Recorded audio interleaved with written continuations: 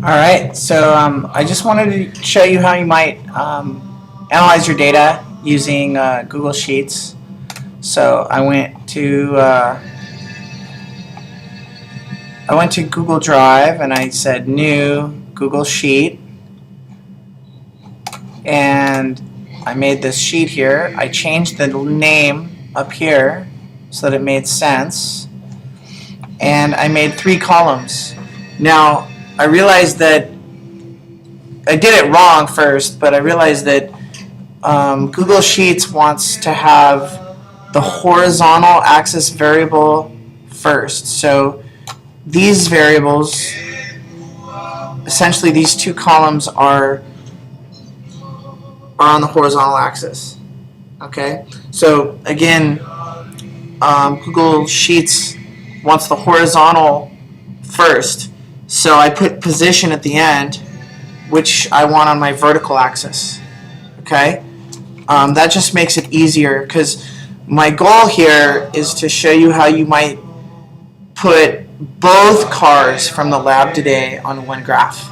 Okay, and so I just put, you'll notice these times here are all for 20 centimeters, and this is, I just borrowed some students' data from period 6 today, and these measurements are different times for position.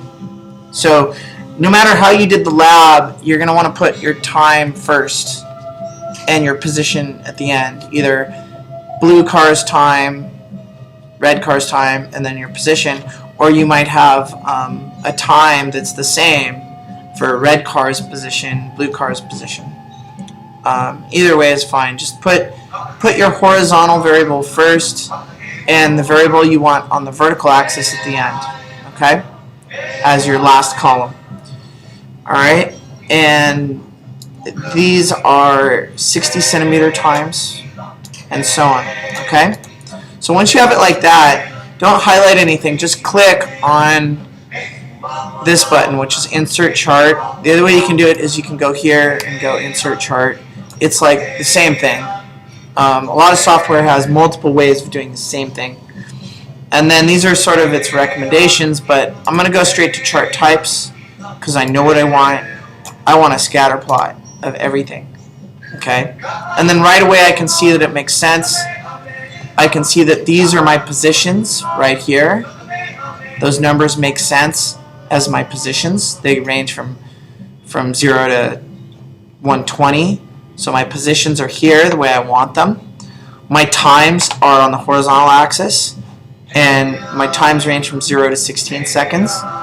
And if I look at these times, they all range from 0 to, they're all between 0 and 16 seconds. Okay, so that looks good. Now when I go to customization right here, it's time to start making this look really nice.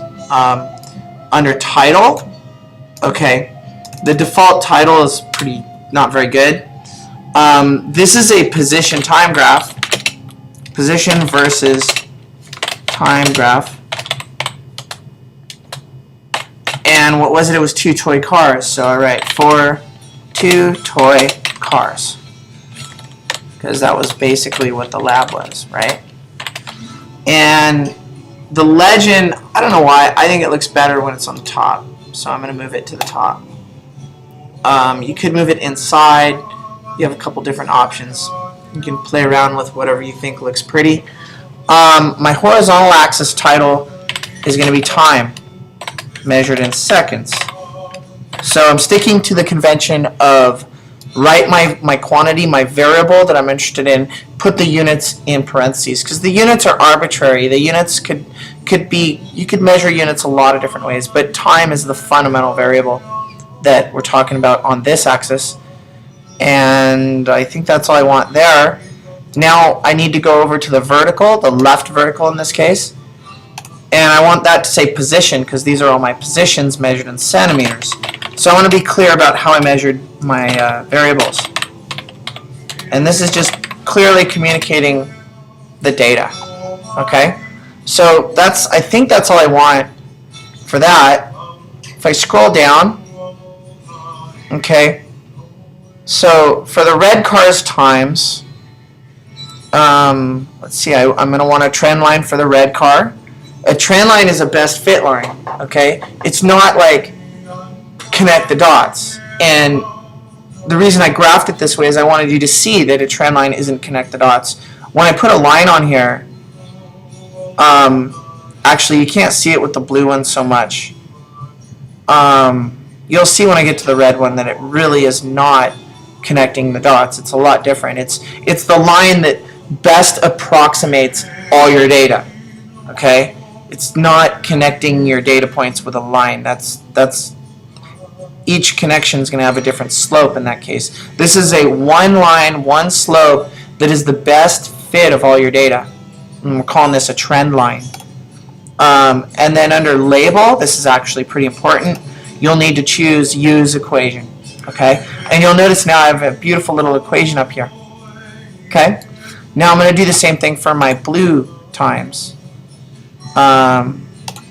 So here's the red one. It's this data here. Okay? Yeah. Okay. So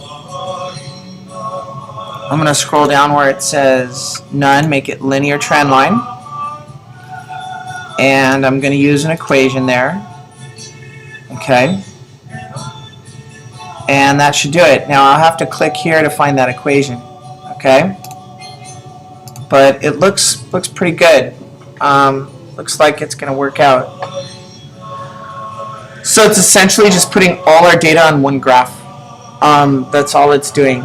And the trick is to put the horizontal variable first, and then the variables that are on the vertical axis.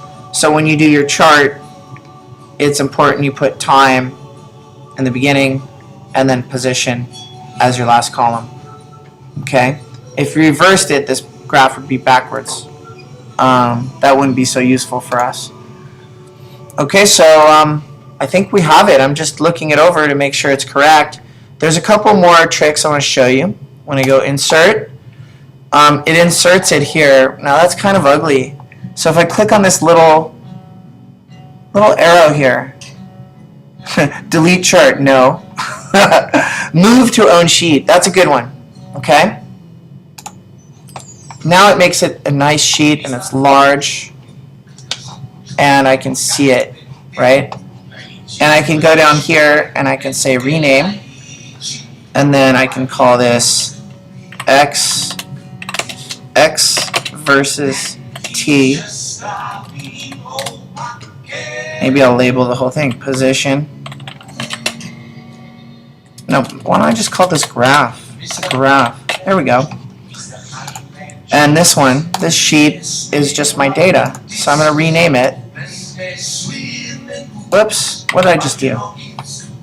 Okay, I guess I have to do that again. Whoops. I got a little too excited there. Okay, so try this again. Whoa! Having trouble here. Oh, man. Okay. Rename. Last time.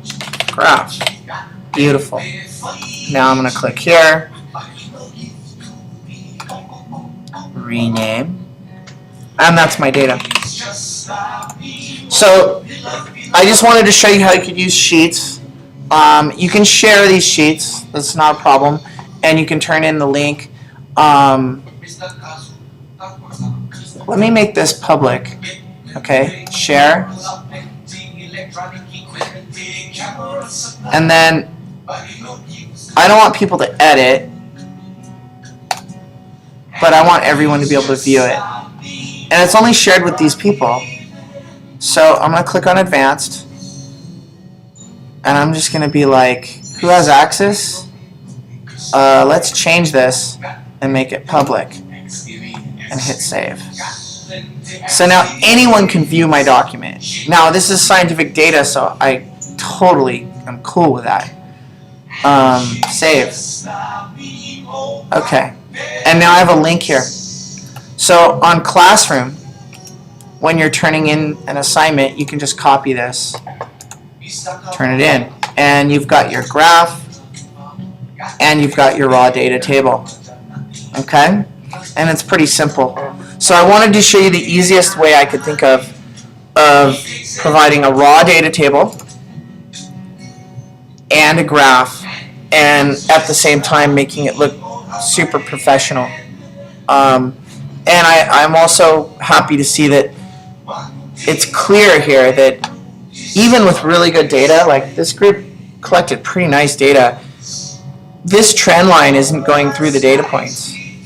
You can totally see that. It's just a trend of your data. It's just a best fit of your data.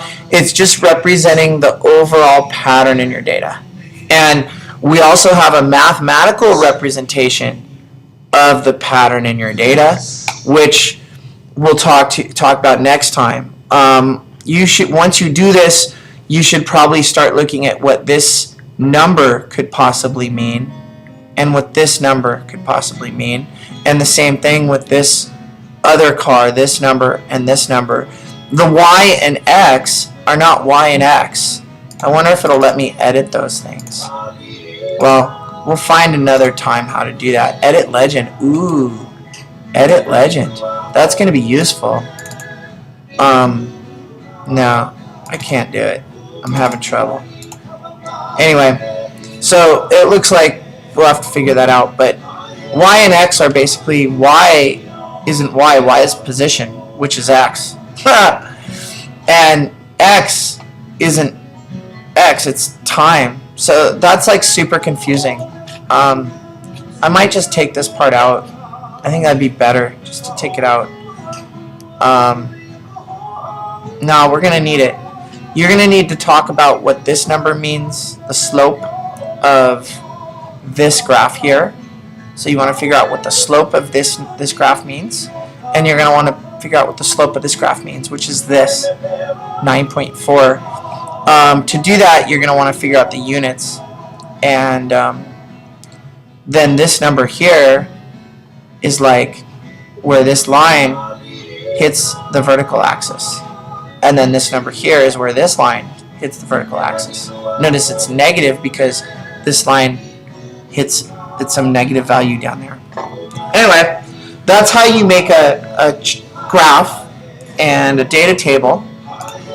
And again, you can just make this file public and share it with everybody, so everybody can help each other here. Hope this helped, and hopefully you all get caught up and have this done before tomorrow. Take care.